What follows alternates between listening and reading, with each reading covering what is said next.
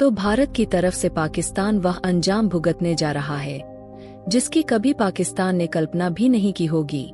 दरअसल हम सभी जानते हैं कि 22 अप्रैल को कश्मीर में आतंकियों द्वारा टूरिस्ट पर हमला किया गया, जिससे लगभग 26 से 28 लोगों की जान चली गई और 20 से भी अधिक लोग घायल हुए हैं। लेकिन इस बात का खुलासा हो गया है कि यह हमला किसी और ने नहीं बल्कि पाकिस्तान के एक जाने माने आतंकी संगठन TRF ने करवाया है।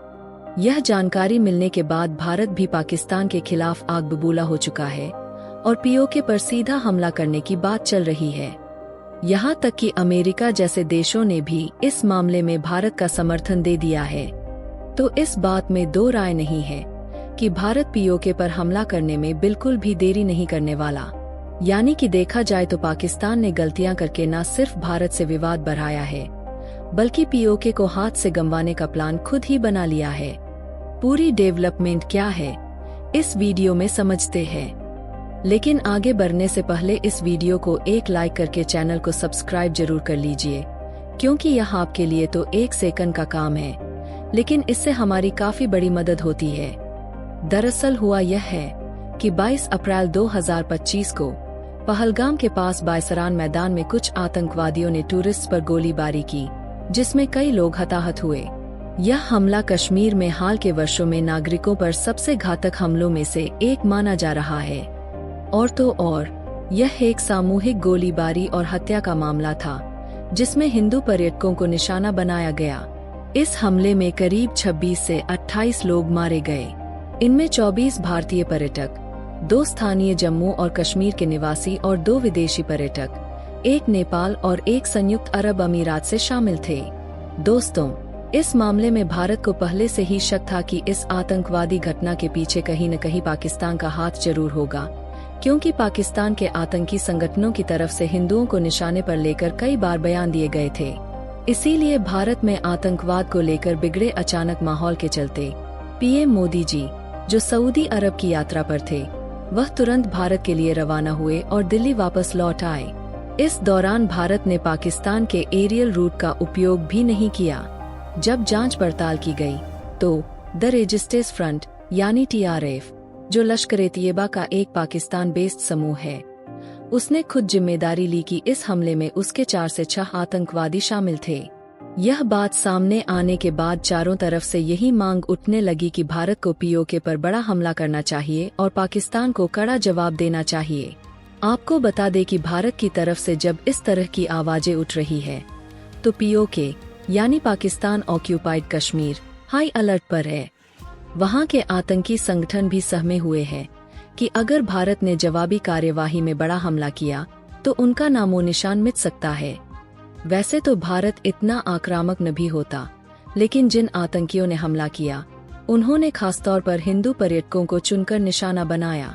उनमें से एक आतंकवादी ने एक महिला के पति को मार डाला, लेकिन महिला को जिंदा छोड़ा और उससे कहा, जाकर मोदी को बता देना कि हमने ही यह सब किया है। इससे यह स्पष्ट होता है कि आतंकियों का इरादा केवल हमला करना नहीं था, बल्कि सीधे भारत के प्रधानमंत्री को संदेश देना था।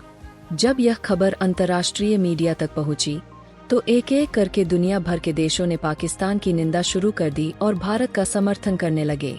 अब सवाल उठता है, आखिर भारत को क्या करना चाहिए? सबसे पहले आइए कुछ अंतर्राष्ट्रीय रिपोर्ट्स पर नजर डालते हैं।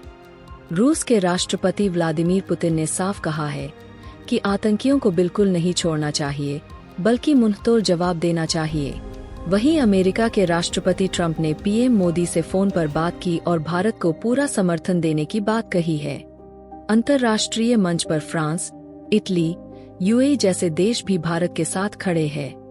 पड़ोसी देशों में भूटान, श्रीलंका और नेपाल भी भारत के साथ है।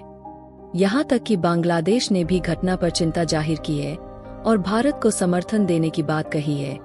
हालांकि बांग्लादेश की स्थिति पर ज्यादा भरोसा नहीं किया जा सकता।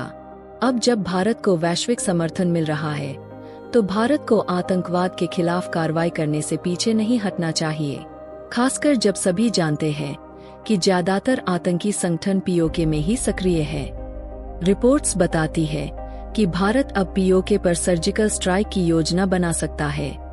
हाँ, चीन और तुर्की इसका विरोध कर सकते हैं, लेकिन जब अमेरिका, रूस और यूरोपीय देश भारत के साथ है, तो अंतर्राष्ट्रीय मंच पर भारत की स्थिति मजबूत होगी। यह भारत के लिए एक अवसर भी है अपना कश्मीर वापस लेने का, जिस पर अभी पाकिस्तान का कब्जा है। और अगर भारत ऐसा कदम उठाता है तो पूरी दुनिया यही कहेगी कि भारत ने आतंकवाद को खत्म करने के लिए यह सही निर्णय लिया। पाकिस्तान में डर का माहौल है। खबर है कि पाकिस्तानी सेना को रात भर नींद नहीं आई। वे लगातार आसमान की ओर देखते रहे कि कहीं भारत से कोई मिसाइल न आ जाए। और आज भी पाकिस्तानी सेना और आतंकी रात भर जागते रहेंगे, डरते रहेंगे कि भारत की तरफ से कोई सर्जिकल स्ट्राइक न हो जाए। अब समय आ गया है पीओके को वापस लेने का, बांग्लादेश को कड़ा जवाब देने का और भारत को एक निर्णायक कदम उठाने का। आपकी क्या राय है? कमेंट करके जरूर बताएं। इस वीडियो को लाइक, शेयर और चैनल सब्सक्राइब करना बिल्कुल न भूलें। जय हिंद, जय श्री राम।